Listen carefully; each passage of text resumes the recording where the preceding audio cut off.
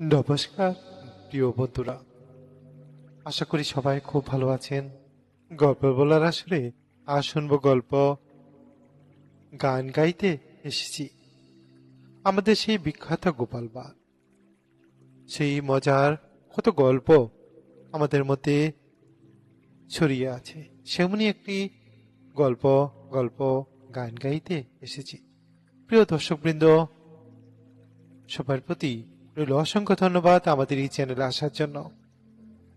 সবাইকে প্রণাম জানিয়ে এবং সাবস্ক্রাইব করার জন্য ধন্যবাদ জানিয়ে গল্প শুরু করছি। গান গাইতে এসেছি। গোপাল, সে বিখ্যাত গোপাল বাগ, গঙ্গা নদীতে স্নান করতে যাচ্ছিল। কাঠের সিঁড়ি দিয়ে নামতে নামতে এক পরিচিত লোকের সাথে তার দেখা হলো। খুব পরিচিত ছিল সেই লোকটি। গোপালকে দেখে লোকটি বলল, অনেকদিন পর দেখা হলো ভাই, কেমন আছো ভাই? তা এখানে কি স্নান করতে এসেছো? সে গোপালকে জিজ্ঞেস করলো। সে লোকটি, যে লোকটির সঙ্গে গোপালের স্নানের ঘাটে দেখা হয়েছিল। গোপাল তো ছিল খুব রসিক মানুষ।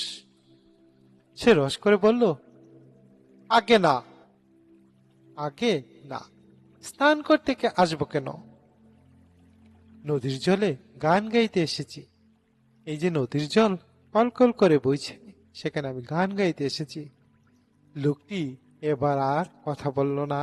কথা না বেরিয়ে আর বাড়ালো না, কথা না বাড়িয়ে এগিয়ে চলল।